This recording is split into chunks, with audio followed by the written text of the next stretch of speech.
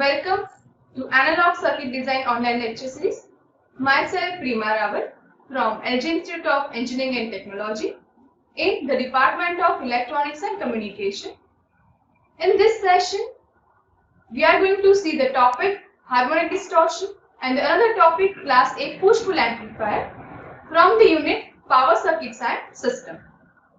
Now, in the previous session, from this unit only, we have seen the class A power amplifier. We have seen the efficiencies for class A power amplifier for two cases. First one, direct coupled class A amplifier and transformer coupled. We have seen that for the transformer coupled amplifier, the efficiency was almost double to that of direct coupled.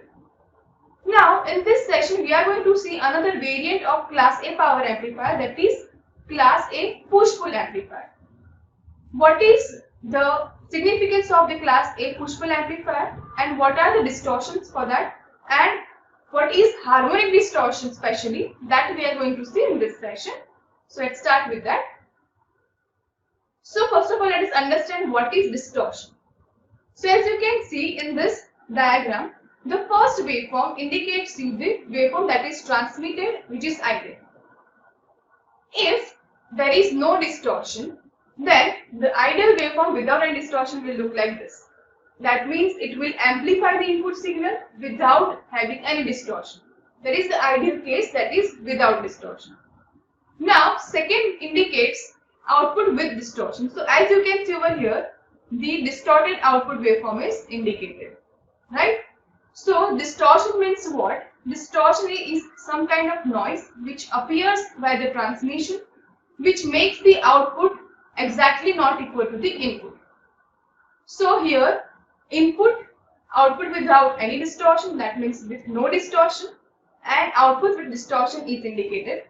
So you can identify the effect of distortion on the transmitted input signal. Now, let us understand what is harmonic distortion. So, harmonic distortion can be explained as any distortion or corruption in the output waveform due to the generation of harmonics. Now, the integer multiples of a fundamental frequency are called as harmonics. So, what are harmonics? So, harmonics are basically integer multiples of fundamental frequencies. In audio amplifier domain, the frequency of the input signal is taken as the fundamental frequency.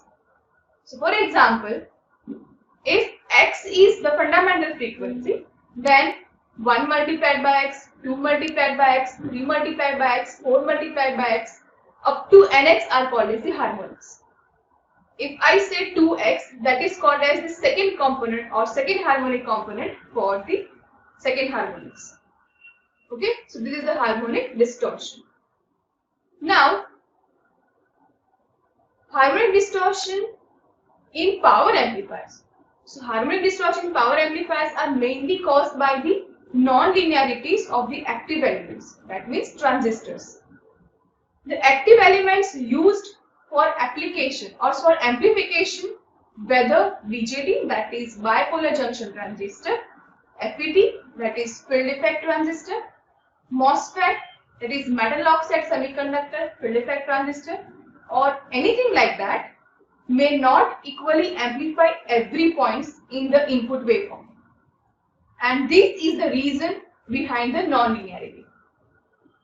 In different amplifier configurations, class A has the highest linearity, then class AB, then class B, and finally class C has the worst linearity.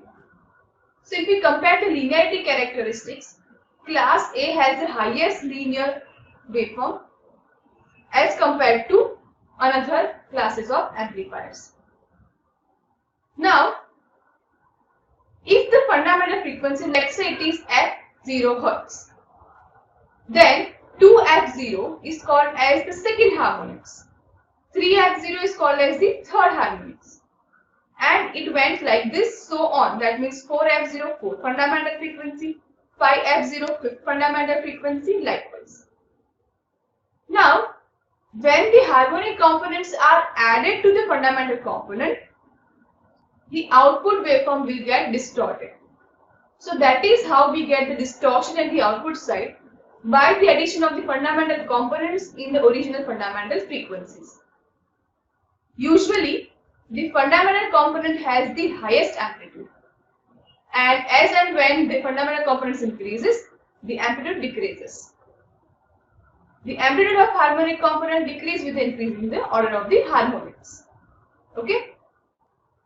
Let us see this waveform so that we can understand what are the integer multiples of harmonic components.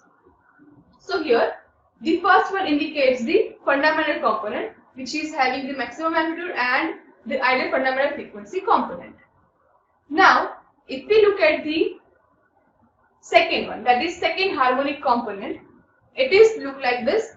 First one have the amplitude A1 sin omega 0 t. Second one we are denoting the amplitude A2 sin twice of omega 0 t. Now as you can see over here, the particular region is divided into half. So you can compare how second harmonic components look like as compared to the fundamental component. It divides into half. Now same way, if you look at the fourth harmonic component, it is double to that of second harmonic component. As you can see, the amplitude is lower and it is divided into half. That means in a particular half cycle, the another complete cycle for the another harmonic component is there. So, as and when these multiplying harmonic components are there, it will give the distorted output signal. So here you can see that we are getting the output which is distorted. So this is indicating the harmonic components and harmonic distortion due to the harmonic component multiplications. If we look at the 6th or 8th or such another harmonic components, it will again lower its amplitude and it will give more distorted output. So again, look at the waveform for basic fundamental component, then second, fourth and harmonic component like this, due to which we get ultimately distorted output signal. Clear? Now, if we want to derive the equation for this harmonic distortion, that means percentage harmonic distortion for the nth harmonic component. So the formula will be like this: percentage nth harmonic distortion, that is percentage dn, that is equals to magnitude of nth harmonic amplitude, that is mod an divided by mod a1 into 100%, where an indicates the amplitude of nth harmonic component, A1 indicates the amplitude of the first harmonic component.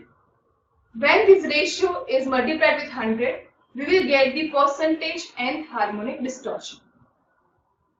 So, if it is asked in the example purpose, that means find 5th harmonic distortion or 6th harmonic distortion or such value is given to you, you will find the ratio of that nth amplitude component divided by A1 multiplied by 100.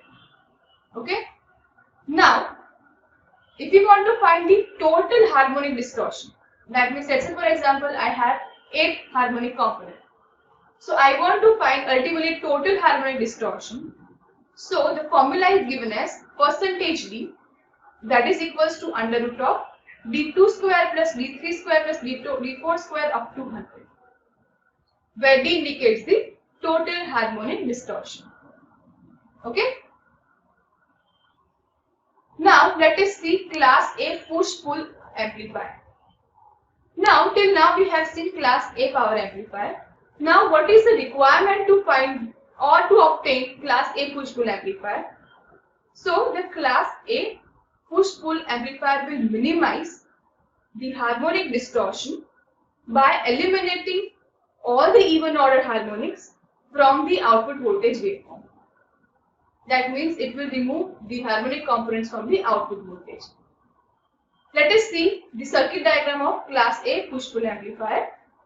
So here, as you can see, there are two transistors used. First Q1 and the second Q2. Now, at same time, one transistor is in the push configuration and another one is called as pull configuration and vice versa. That's why it is called as the push-pull amplifier.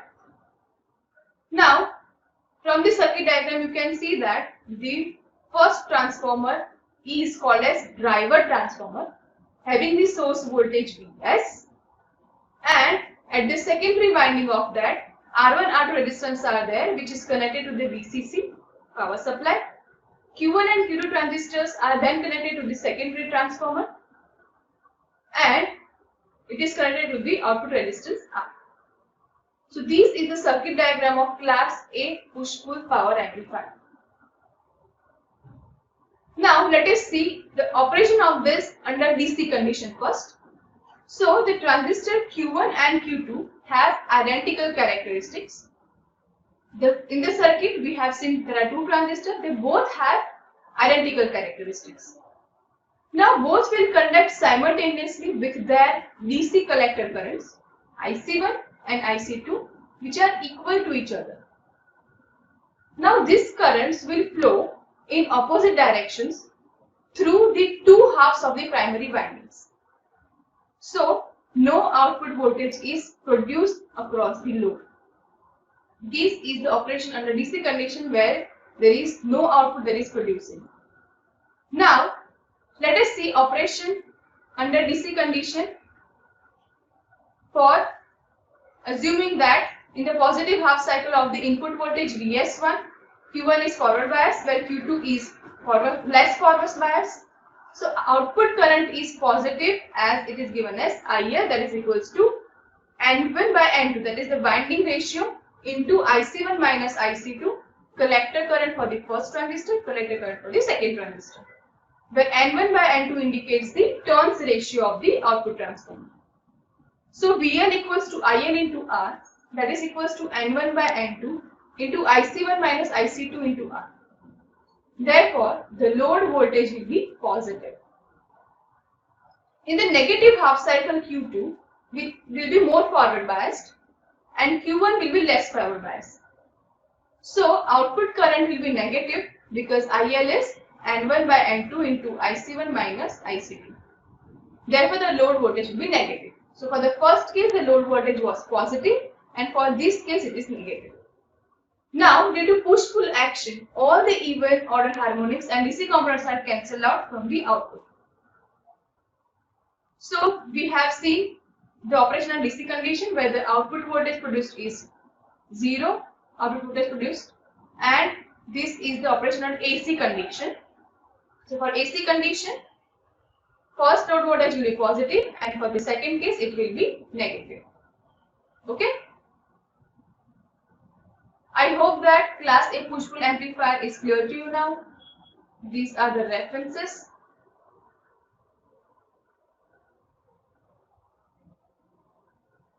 Thank you. Thank you for listening and thanks for watching.